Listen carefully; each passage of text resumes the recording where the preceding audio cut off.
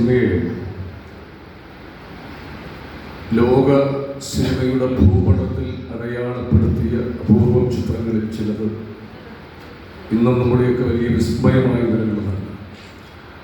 അവിടെ ചെമ്മീൻ എന്ന് പറയുന്ന സിനിമ അതൊരു ഇന്ത്യൻ സിനിമയുടെ തന്നെ മുഖമായിട്ട് ലോക സിനിമയിൽ എത്രയോ അന്താരാഷ്ട്ര ചലച്ചിത്ര മേളകളിൽ ഉൾപ്പെടെ പ്രദർശിപ്പിക്കപ്പെട്ട പ്രേക്ഷക പ്രശംസയും നിരൂപക പ്രശംസയും എല്ലാം ഒരുപോലെ പിടിച്ചു പറ്റിയ ഒരു ഇന്നും നമ്മളെ വിസ്മയിപ്പിച്ചുകൊണ്ട് ഈ 60 വർഷം പിന്നിട്ടിട്ടും ഇന്നും അങ്ങനെ നിലനിൽക്കുന്ന ഒരു ക്ലാസിക് സിനിമ അതിൻ്റെ 60ാം വാർഷികം ആഘോഷിക്കുക വന്ന ഒരു ഏറ്റവും മഹനീയമായ ഒരു ചടങ്ങ്.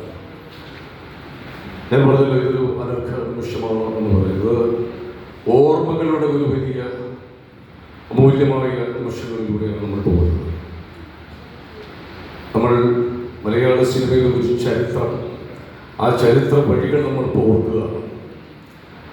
ആ ചരിത്രത്തിൽ എത്രയോ മഹാപ്രതിഭകൾ, മഹാ വ്യക്തിത്വങ്ങൾ. അവിടെ സിനിമ എന്ന് പറയുന്നത് താരങ്ങളുടെ മാത്രം ഒരു സംഭാവനയല്ലല്ലോ. സിനിമ എത്രയോ എത്രയോ മനുഷ്യരുടെ അധ്വാനത്തിൻ്റെ വലിയ പ്രയത്നത്തിൻ്റെ ഒരു മേഖലയാണ്. അവിടെ ഏറ്റവും ചെറിയ പ്രതിഫലം വാങ്ങി പ്രവർത്തിക്കുന്ന, പ്രൊഡക്ഷനിൽ പ്രവർത്തിക്കുന്ന പ്രൊഡക്ഷൻ ബോയ്സ് എന്നൊക്കെ പറയുന്നത് നമ്മുടെ പ്രിയപ്പെട്ട കുട്ടികൾ മുതൽ വലിയ മുതൽ മുടക്കി അത് നിർമ്മിക്കുന്ന നിർമ്മാതാക്കൾ വരെ, വലിയ പ്രതിഭാധനരായ സംവിധായകർ, സാങ്കേതിക വിദഗ്ധർ, തിരക്കഥാകൃത്തുക്കൾ, ഗാനരചയിതാക്കൾ, സംഗീത എത്രയോ എത്രയോ മേഖലകളിലുള്ള എത്രയോ നിരവധി പേരുടെ പ്രവർത്തനത്തിൻ്റെ ഒരു മേഖലയാണ് സിനിമ. ഇതിപ്പോൾ നമ്മൾ ഈ 60 വർഷം ചെമ്മീൻ സിനിമയുടെ ആഘോഷിക്കുമ്പോൾ 100 വർഷം മലയാള സിനിമ തികയാൻ പോവുകയാണ്.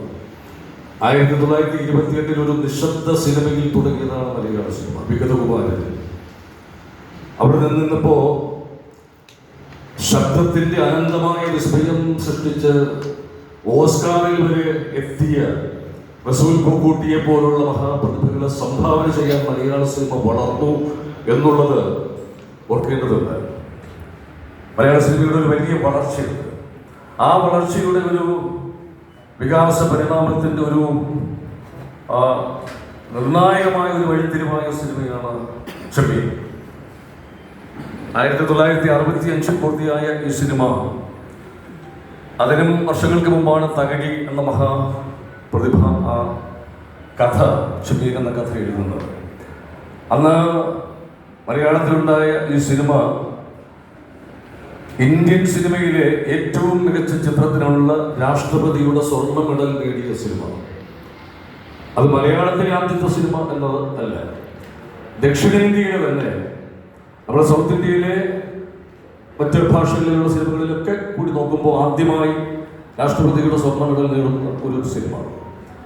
അതിൻ്റെ ഒരു വാർഷിക, ഒരു 60ാം വർഷമാണ് നമ്മൾ ഇന്നിവിടെ ആഘോഷിക്കുന്നത്. ഞാൻ നേരത്തെ പറഞ്ഞതുപോലെ ഇന്നും അതൊരു വിസ്മയമായി തന്നെയാണ് നമ്മുടെ മുമ്പിൽ നിൽക്കുന്നത്.